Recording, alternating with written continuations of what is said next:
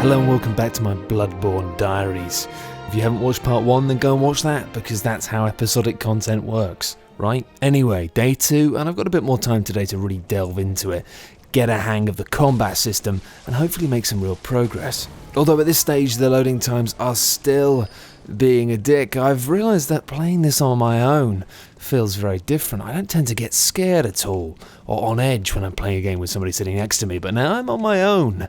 It's a bit different, and I partially feel ashamed to say that when I got up to the bit with all the dogs in the cages, yeah, sure, I went and killed all of the dogs while they were still in cages. I was pretty much sure that they weren't a risk to me, but I'm sorry, I'm afraid, so I'm going to kill them. Does that make me a bad person? Almost definitely. Moving on. And someone who showed me an equal lack of mercy was Mr. Fatty with an axe. He's more trouble than I'm willing to chew on right now, so I think I need to just spec up a bit, get the stats a little bit, and then hopefully I'll be able to really start taking on the game. I've realised I've slightly made a mistake with my specking though.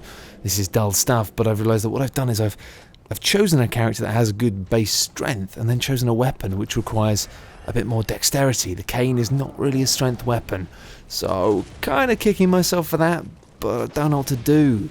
Can't work out whether to double down on one stat or the other. Hopefully I'll just find a different weapon soon. I've got to say though, the tone of the world in Bloodborne is completely blowing me away. Going away from this kind of desperation and solitude and this real horrible dark fatalism of Dark Souls. You know, it's just depressing. It's like everyone's going to die.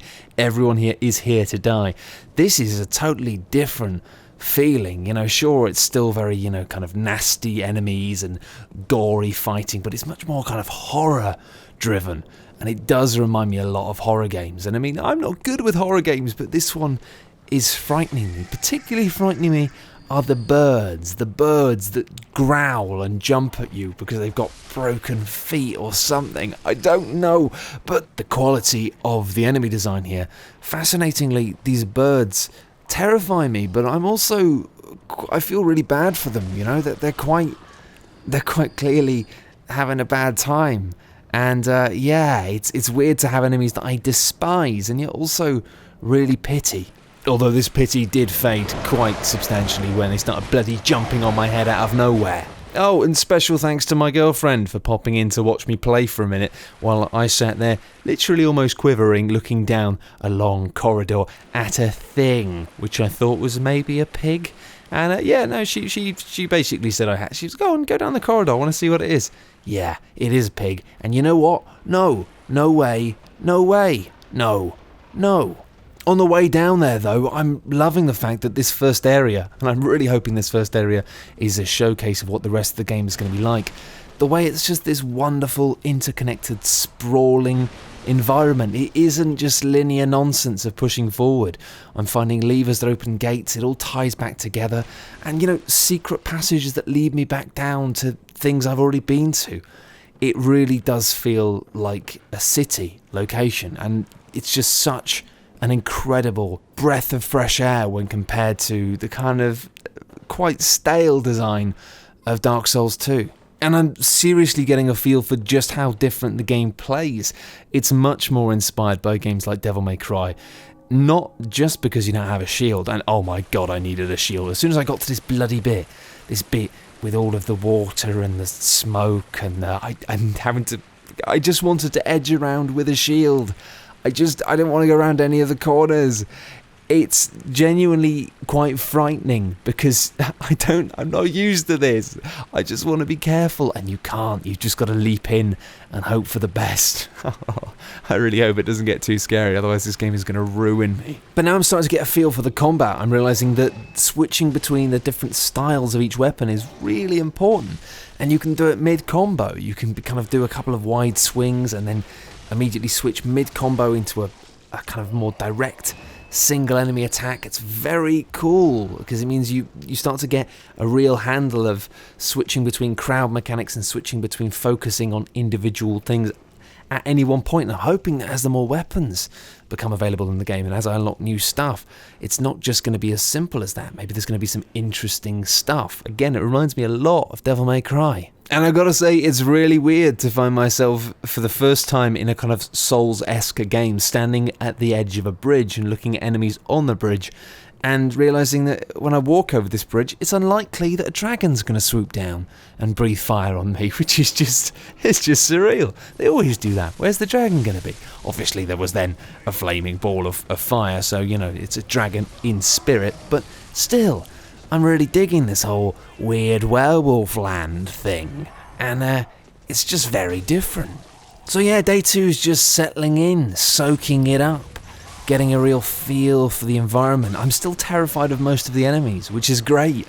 I cannot begin to explain how great that is, considering I've just felt so immediately competent through most of Dark Souls 2 that even when I was getting killed by the enemies, I wasn't that terrified of them, whereas most of the things in this, I just immediately, my brain goes, no, you can't kill that, and it's like, well, no, dude, you need to kill them now, like, you need to be able to kill these things now. I don't want to do it, so I think I'm getting there, and I almost feel ready to take on a boss. Day 3, and it's time to kill a boss. Yeah, I still haven't killed a boss yet. I bumped into one very briefly, but it didn't end well. Anyway, I'm feeling pretty confident today, so I'm going to set out and do some damage. Except, of course, I'm falling straight into the traditional Dark Souls style holes. Yeah, this is me running away from a fiery ball and forgetting that there's a cliff behind me. Classic. Good lord. Things are on the up though. I've just worked out something very, very important. You haven't got a shield, but the parrying still works exactly the same way. Use the gun to parry. Amazing. I can actually do this. This game has just become remarkably easier. And whoosh bang pow, what a world. I've bloody done something else. I've killed a boss. I've killed my first boss. This was Paul Gascoigne, the famous footballer who has since really lost his way and turned into a werewolf of all things. But don't worry, because I killed him. Fantastic. And I found this red amulet, which was on a dead person on a roof. Sort of found this mid-fight. Wasn't really very a very classy move, but hey, I got some treasure. What do I do with it? No idea. And after about an hour and a half of not finding any new lantern bonfire things, I found about 4 or 5 in about 20 minutes. They're everywhere. This is ridiculous. And in one of them, I've made a new friend. He's like a nice man, apparently. Probably can't trust him, but I'm not going to kill him. So, I'm not a terrible person like I used to be. And I've got to say, I am very impressed by all of the darkness and frighting. This is proper horror stuff. I mean, maybe not for seasoned horror fans, but for me, it's more than enough. This werewolf jumping out of nowhere. Literally, I think I must have, so far in Bloodborne, I must have properly shit myself at least 5 times now, and in the game, etc. No, it's really, really quite intense in a great way. And I keep consistently pansying out of stuff. I keep coming to new areas and going, no, I'm afraid of this. Like this bit where you come out and a man threatens to do things to you. He says, if you come any closer, then we're going to hunt you. No, I'm just going to go somewhere else for a bit, I think. And I've seen a few people saying that it's a good idea to backtrack a lot in Bloodborne because you will miss lots of things. Although having said that, I really feel like I've completely rinsed the starting area. I spent a lot of time going and trying to find everything I could here. And because of that, I think I've maybe ended up farming souls by accident a little bit, just by going around in circles. But anyway, I've made a new friend. It's a little girl in a window, poor little girl, and she's looking for her dad and her mum. Oh, where are her dad and her mum? Oh, apparently her mum's... Oh, her mum had a brooch. I've got that. Oh, and your dad was... Right. Okay, yeah, no, sorry, love. I think your mum and dad are both dead, and I might have killed your dad. Thankfully, though, it isn't all doom and gloom and me murdering people's parents. I went and found the cleric beast again. Yeah, he killed me right at the start of the game, and I kind of forgot where he was. I know that sounds insane, but I couldn't remember where I fought him. So I found him again, and it turns out he's an absolute piece of piss. I mean, he's probably not an absolute piece of piss if you do him earlier. I realised that maybe this was supposed to be the first boss and not Paul Gascoigne, which makes sense because Paul Gascoigne was quite a tough battle, I'm not going to lie. But anyway, Cleric Beast, and when you die it covers you in blood, literally just covers you in blood. Brilliant, I love this. I was trying to explain to somebody after I'd done this down the pub, why this was a great game. I was like, you just get covered in blood, and you look at yourself and you're covered in blood. I think they thought I was insane, but honestly, it is very, very good. And I adore the humour of the fact that after about 2 hours into the game, it gives me a shield. Yeah, I can equip a wooden shield if I want instead of a gun. I actually did that for a little while until I realised that it was basically useless. I mean, yeah, it wasn't bad, but it wasn't good. It's wonderful. This is From Software clearly just having a bit of a joke. Oh, here's your shield. Do you want it now? No, of course you don't. It's rubbish. No, and I made another friend. It's this creepy fucker. He or she owns a church. And he wants me to get lots of people to come and live in the church because apparently it's a safe, cool place to live and nothing bad will happen to these people. Of course they will. Something terrible is going to happen here. And to be honest, I don't care because the one old lady I've saved so far, he's a dick. Anyway, great day. Loving Bloodborne so far. Loving it. I eventually went back to the bit with the man where I was frightened and ploughed my way through and went up a tower and killed him, and it was very frightening. And yeah, there's loads of werewolves in this. Honestly, loads of werewolves. More werewolves than anyone needs, frankly, but good lord, atmosphere, etc. Wonderful. And I thought I'd cap off my day by basically getting to the end of this section and being faced with this beautiful / ominous view. Ah, look down here. There's going to be a boss in there, isn't there? No, I'm not. I don't want to do that. No, I don't want to. I don't want to do this. I'm going to go home. Bye. Day 4, and I am quite hungover. And I know I need to go into this building and fight whatever is in there, but I've got to be honest, I don't think I'm quite feeling up to it. But and I haven't got long. I've got to go and make a fish pie, because I'm an adult, and that's what adults do. Okay, blood-starved beast, eh? Let's go toe-to-toe with this fella.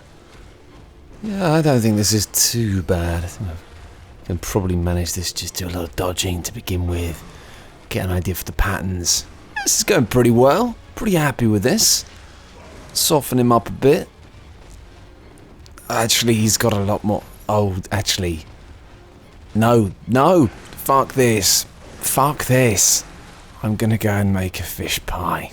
Anyway, thank you very much for joining me again for the second part of my Bloodborne Diaries series. Will continue very soon. If you have enjoyed this series and you want to watch more, then feel free to subscribe to the channel or just pop back in the near future and we'll see how I get on. I will kill this guy. I will.